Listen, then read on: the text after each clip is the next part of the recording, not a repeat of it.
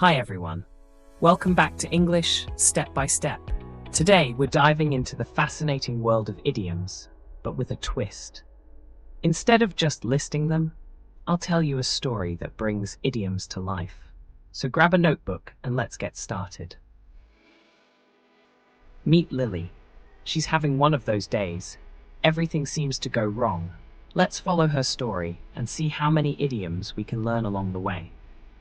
Lily was supposed to wake up early for an important meeting, but her alarm didn't go off. She missed the boat on being on time. Missed the boat, miss an opportunity. She rushed to get ready, but everything was going haywire. Her hairdryer broke, and she spilled coffee on her outfit. Go haywire. Become chaotic or malfunction. As she dashed out the door, Lily tripped and fell. She thought to herself, this is really the last straw. The last straw, the final problem in a series of difficulties. On the bus, Lily realized she was going to be late. She hoped her boss wouldn't blow a fuse when she arrived. Blow a fuse. Get very angry. During the meeting, Lily tried to stay calm, but she felt like a fish out of water, completely out of her comfort zone. Fish out of water, uncomfortable in a particular situation.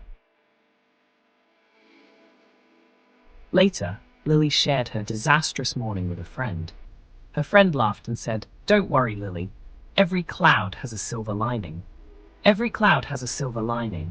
There is something good in every bad situation." And Lily realized she had learned so much from her chaotic day. Poor Lily, right?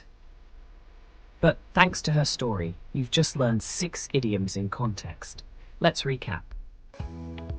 Miss the boat. Go haywire. The last straw.